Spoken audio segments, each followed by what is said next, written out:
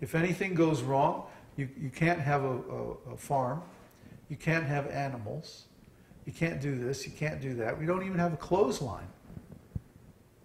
See? So if anything breaks down, or if anything goes wrong, or if there's any problem in the corporate entities that have developed to take up all the services and exchanges normally provided by our community, then everybody here is going to starve. The house without air conditioning becomes very uncomfortable in the hot weather. And in the wintertime, it becomes very cold. Without petroleum energy, without electricity, this place would be uninhabitable. So what is the value of that? Its value is very, very conditional. It depends on so many structural assumptions. And if any of those changes, then the thing becomes useless. We really liked where we were staying in South Chile, because everybody has horses, cows, sheep, goats, pigs. You know, the pigs, by the way, turns out they're very useful for digging the soil and maintaining the health of the soil, not to eat them. But they're, you know, interesting, I guess. Llamas, huh? Now there's a weird animal. Now what are they good for? The fur, maybe? Looking at. Yeah, well, they're not even that good to look at. I'd much rather look at a horse than a llama. They're funny looking things. They're kind of like camels. Yeah. Miniature camels with lots of fur. Oh yeah, yeah. I mean, I'm sure they're good for something. But anyway, if anything happens down there, like if the gasoline were cut off or something like that, everybody heats with wood. So they just go out, cut some trees, and then they can live. Let's say, I mean, they don't even use tractors. We didn't see one tractor, did we? We did see one? One tractor, the whole time we were there. And we saw some very large fields being plowed with oxen.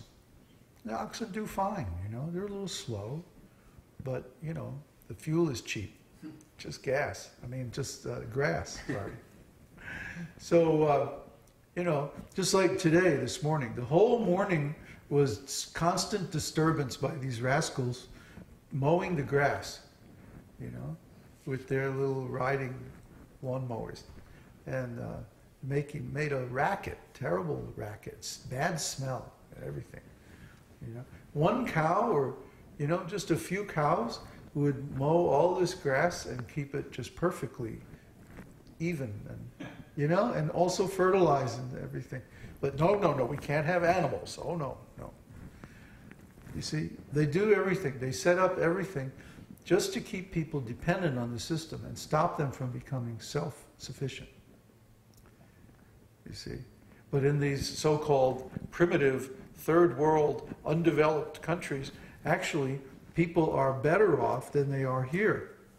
They have more wealth, they have more possibilities. They have land, they have cows, they have all kinds of trees, animals, everything, right there on their property. The lady who we were renting our house from, every winter she harvests several trees. And then those trees become the firewood for the next winter. So, you know, she has so much property, she has enough trees, she can afford to cut down 3 or 4 trees every year. And then she has a huge pile of firewood, enough to last her like 2 or 3 years, actually, for that one little house where she stays in the winter. So, you see, people who live natural and close to the land, they may not have a lot of cash, but they have a lot of assets that they can use, especially in times of emergency, which, by the way, we are in right now, if you hadn't noticed. And it's just going to get a lot worse this autumn. So, you know, plant that garden. Okay, where are we at now? Number 58. Kṛṣṇa is the original source of all incarnations.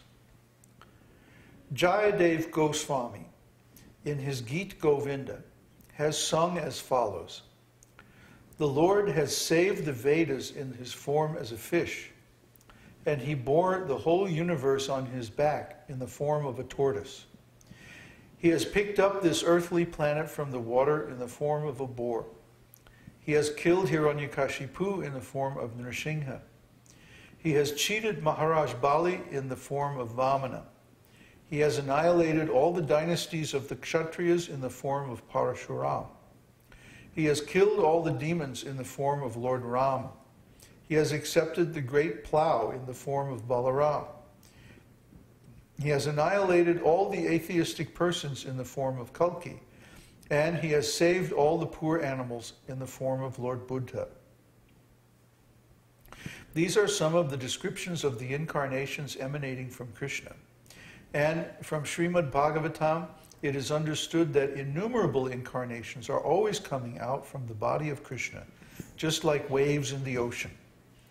Nobody can even count how many waves there are. And similarly, no one can count how many incarnations are coming from the Lord's body. Yeah, there's a very nice description in the Chaitanya Charitamrita about all the different incarnations. And there's many different types of incarnations. There's the Vishnu expansions, like we talked about, the Vishnus and Nārāyan and like that. Then there's the guna avatars of Vishnu, Brahma, and Shiva. And then there's the avatars that create the material universe. Garbhadakshay Vishnu, Karnadakshay Vishnu, like that. Then there's the Leela avatars, like Lord Krishna, Lord Ram, Lord Nrsimha. They just appear to perform transcendental pastimes, and then they disappear again.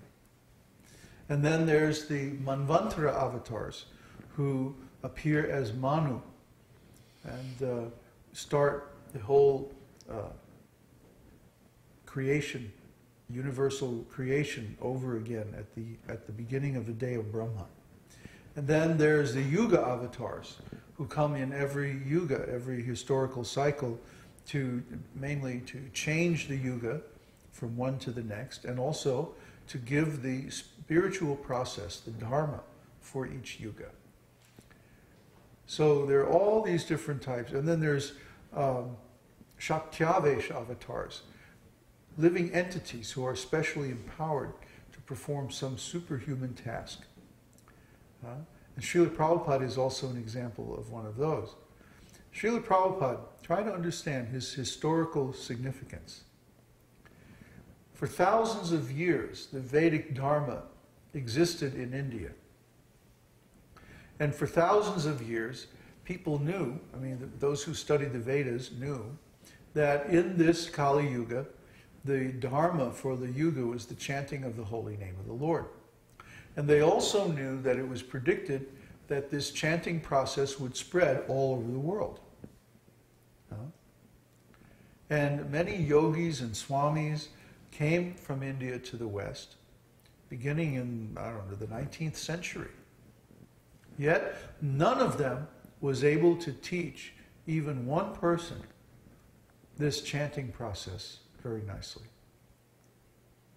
None of them was able to translate Bhagavad Gita very nicely into English. There are many translations. Prabhupada counted something like 600 editions of Bhagavad Gita in English. And he said every single one of them is bogus. So, Srila Prabhupada, even Bhakti Siddhanta sent some of his swamis, some of his sannyasi disciples to the West. And they were unable to make even one devotee. Then Srila Prabhupada comes alone, practically penniless, and just with a big box of books from India, hitching a ride on a freighter. And he lands in New York. And within 10 years, he establishes 108 temples and 10,000 disciples and so many preaching engagements and millions of books distributed and so many other wonderful things. You see?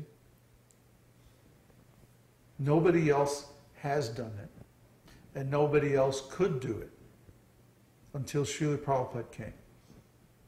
Therefore, he was specifically empowered by Lord Nityananda, who is Balaram himself, the original spiritual master, the Supreme Personality of Servitor Godhead, Lord Nityananda.